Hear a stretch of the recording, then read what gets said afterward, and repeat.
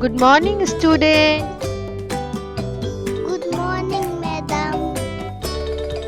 বাচ্চারা, তোমরা তোমাদের হোমওয়ার্ক করেছো? জি ম্যাম, করেছি।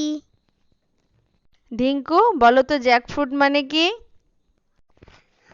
আনারস। না না ধিঙ্কু, হয়নি তো। তুমি তো মনে হয় কালকে তোমার হোমওয়ার্কটা ঠিকমতো করোনি। মনে জ্যাকফ্রুট মানে আম। না না ধিঙ্কু, হয়নি তোমার। তুমি মনে হয় বাসায় পড়াশোনা করো নাই। জি ম্যাম, আমি বাসায় পড়াশোনা করিনি। আমাদের সবারই উচিত বাসায় ঠিকমতো পড়াশোনা করা। আসো তোমাদের আজকে একটি গল্প শোনাই।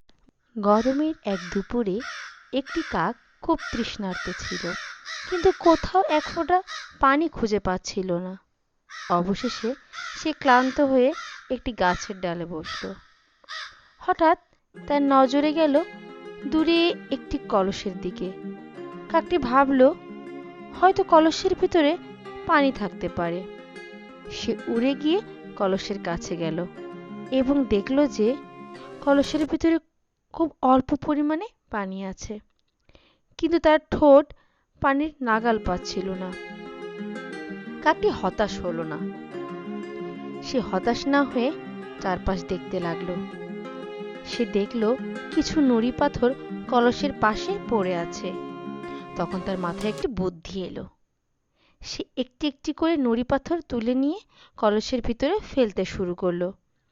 নুড়ি পাথর ফেলার কারণে কলসের ভিতরের পানি উপরে উঠে এলো এবং কাকটি সহজেই সেই পানি পান করে তার তৃষ্ণা মেটাতে সক্ষম হলো। বাচ্চারা, এই গল্প থেকে আমরা কি শিখলাম জানো? আমাদের যদি ইচ্ছা বা চেষ্টা থাকে তাহলে আমরা ঠিকই আমাদের সব কাজ ঠিকমতো করতে পারবো।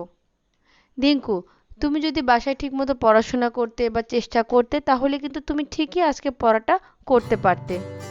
জ্যাকফ্রুট মানে কাঁঠাল। এবার তুমি বলো তো জ্যাকফ্রুট মানে কি? জ্যাকফ্রুট মানে কাঁঠাল।